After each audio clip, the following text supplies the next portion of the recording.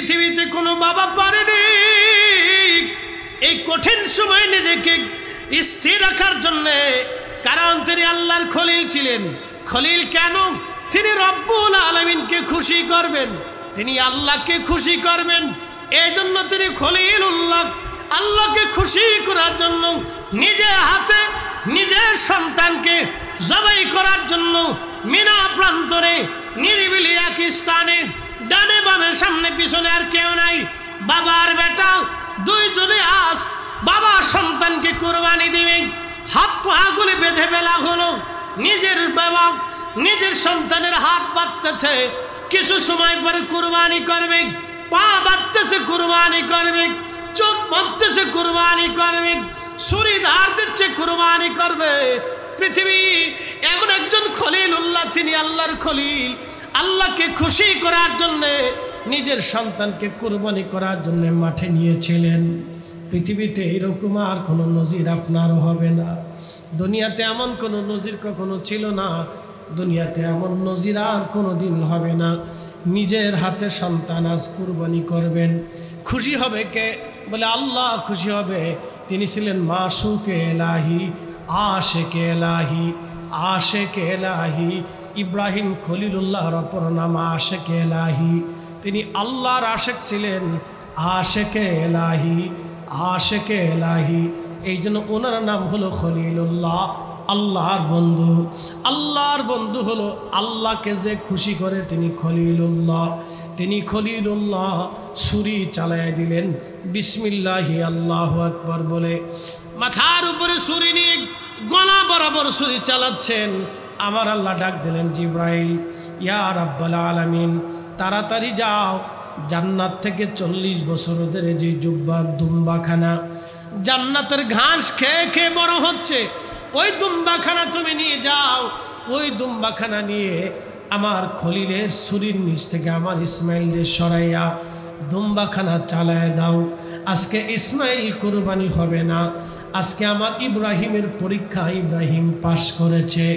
ইব্রাহিম আমাকে ভালোবাসে, ইব্রাহিম আমাকে ভালোবাসে, ইব্রাহিম আমাকে ভালোবাসে। আমার ইব্রাহিম আমাকে আজকে খুশি করেছে।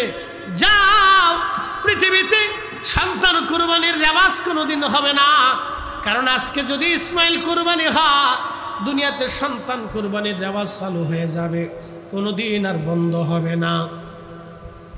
যাও, আমি আমার ইব্রাহিমের কুরবানি কবুল করেছি।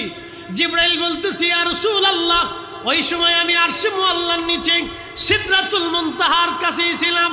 আমি ওই সময় একটা দৌড় দিলাম, একটা দৌড় দিয়ে উড়াল দি খুদার জান্নাতে যাইয়া দুম্বাখানা নিয়া ইব্রাহিম আলাইহিস সালাম বিসমিল্লাহি আল্লাহু আকবার বলে ছুরি নামাইতে মাত্র 5 থেকে 7 সেকেন্ড সময়ের দরকার ছিল।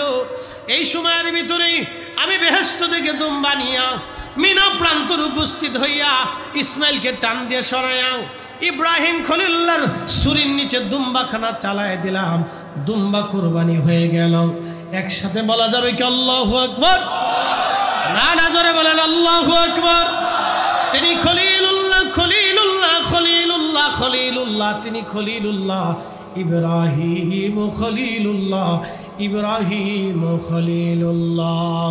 তিনার মতো খলিলুল্লাহ দোয়া করতেন, হে রব, আমার নসলে আমার বংশে আপনি আখিরি নবী পাঠাবেন। আল্লাহ, আপনি আমার নসলে আমার বংশে আখিরি নবী পাঠাবেন। বারে বারে দোয়া করতেন। হারাম শরীফ গাঁথলেন। কাবা শরীফ গাঁথার পরে ইব্রাহিম ইসমাইলকে নিয়ে হাত বাড়াইলেন। কাবা শরীফ নির্মাণ করার পরে ইব্রাহিম খলিলুল্লাহ বলেন, আল্লাহ, আজকে তোমার কাবা নির্মাণ করেছি, তুমি যা বলছো আমি তাই মানছি, তুমি যা হুকুম করেছো তা আমি তাই করেছি, তোমারে খুশি করার জন্য কাবা নির্মাণ করলাম। আল্লাহ, আজকে কাবার পাশে দাঁড়ায় দোয়া করতেছি, আল্লাহ, তুমি আমার নসলে আমার বংশে আখিরি নবী পাঠাবা, আখিরি নবী পাঠাবা, আখিরি নবী পাঠাবা। আসতে কেন? জোরে জোরে। কাবা শরীফ যেই দিন প্রথম গাঁথা হয়েছিল, ঠিক সেই দিন ইব্রাহিম খলিলুল্লাহ তার নসলে আখিরি নবীকে নেওয়ার জন্য আল্লাহর দরবারে কাবার সামনে দাঁড়ায় হাত তুলে বলেছি, ইয়া রাব্বি, আমাকে আমার নসলে আখিরি নবী দিবেন।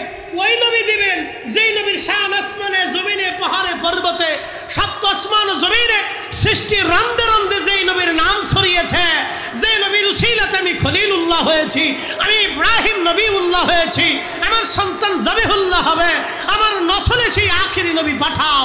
একসাথে বলবেন না আল্লাহু আকবার। আহা